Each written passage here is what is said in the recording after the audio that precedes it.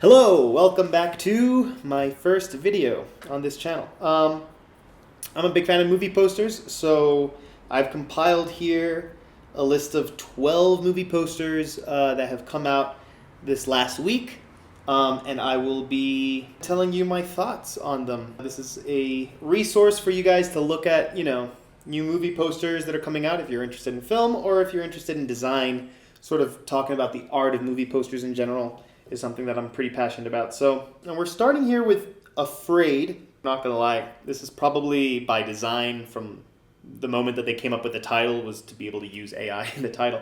But I do like the way that it's implemented.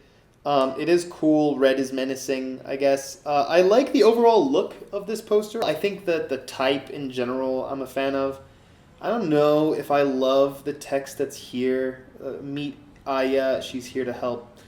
I guess it explains a little bit about the concept of the movie. I think my one gripe with this is this little disco ball looking thing here. I know that this is the thing that you're meant to be afraid of.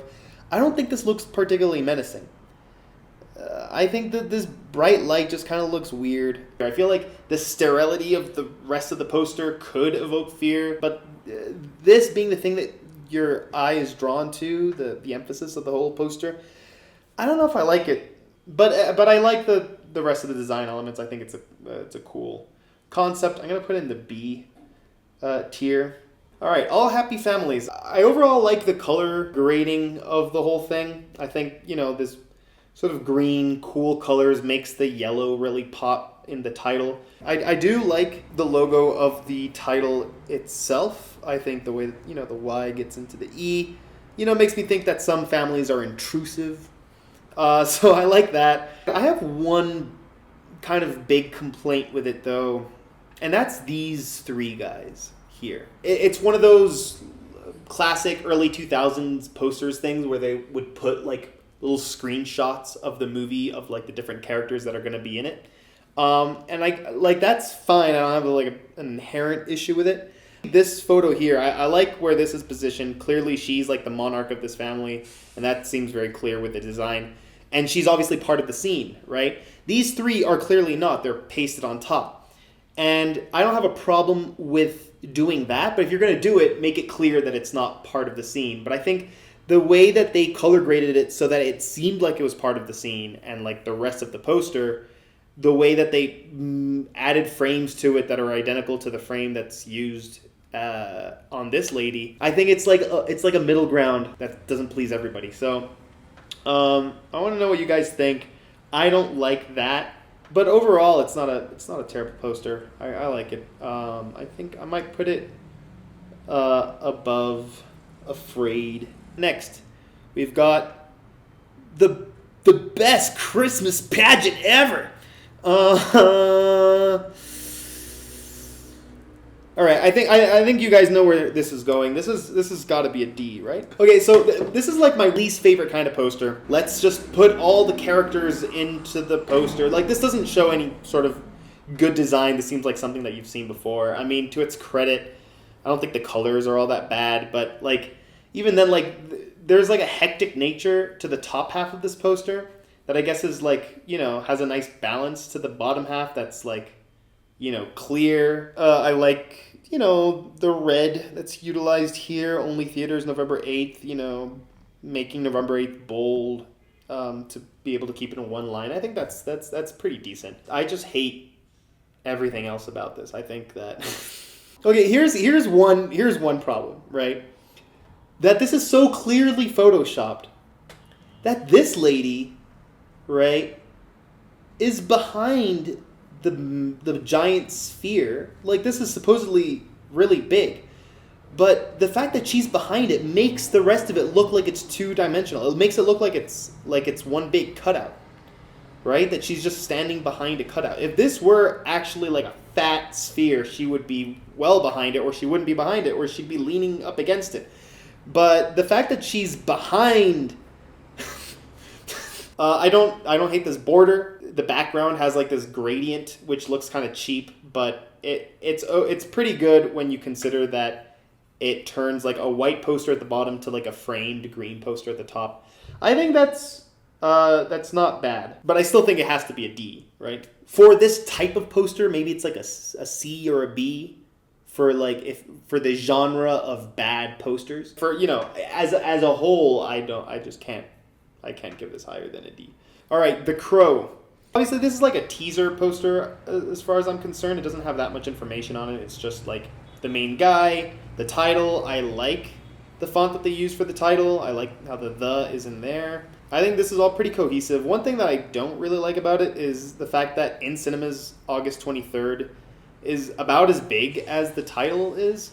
So it doesn't really create like a nice sense of like, where does your eye go? Does it go to The Crow or does it go to the bottom? I would have rather had the text at the bottom be a bit smaller or a different type. But the fact that it's a similar type and also as big as it, I think that's where it loses me. Otherwise, though, like, there's nothing too crazily good about this. Like obviously it's like a pretty cool design with these crows that make up his wings. I'm gonna pop it below that one.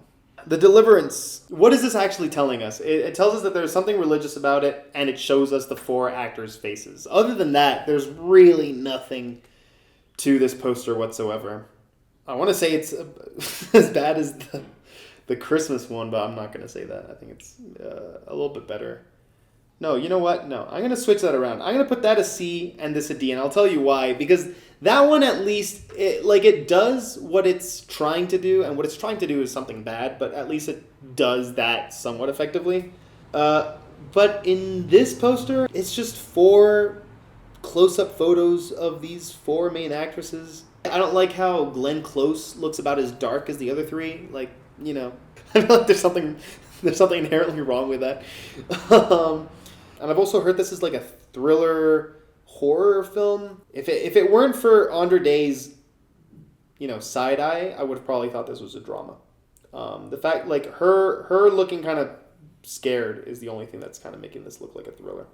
Anyway, I'm not a fan. All right, this one's pretty good. I like this one as a teaser. It's neat. I like, how the colors are all sort of muted, but it makes you, draws your eye to Brad Pitt's baby blue eyes and luscious skin. Brad is uniquely positioned to make you know exactly who it is just by looking at his eyes, So like a poster for Brad Pitt with this concept, I think works, I don't think there's that many actors out there where you could just show their eyes and it instantly, sells you that actor is in the movie.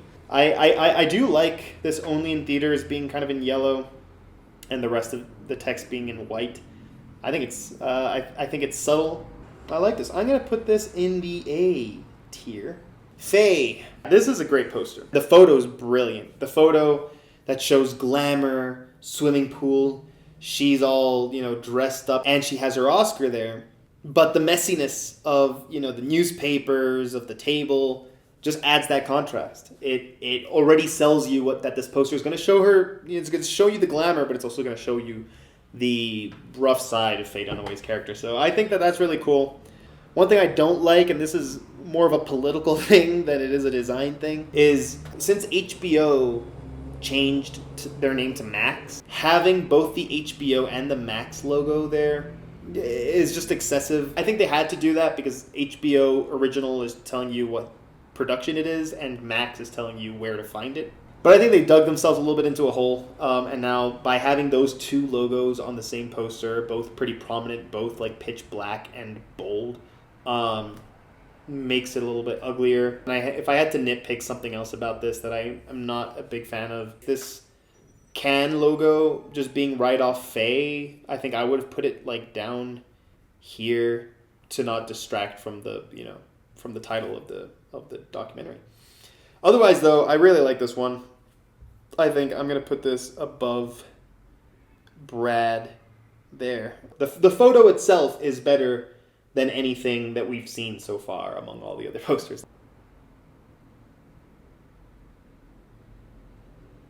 Yeah, I don't like this. I don't like it one bit. I get it's meant to be like a like a lottery thing. You know, it's like a scratcher ticket, and it's designed to look like a ticket. You could say it's intentionally ugly and intentionally corny.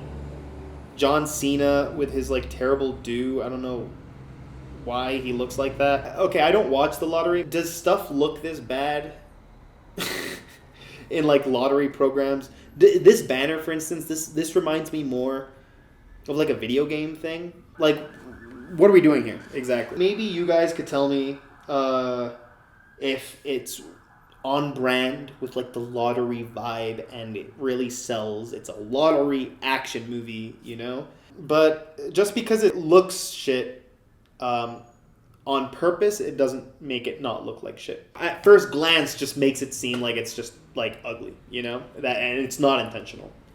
And I imagine that most folks out there will look at this and just think it's just an ugly poster. I hate how Prime is on top of this blue. Like, I feel like you can't read that and it just makes you sick. And it's R-rated.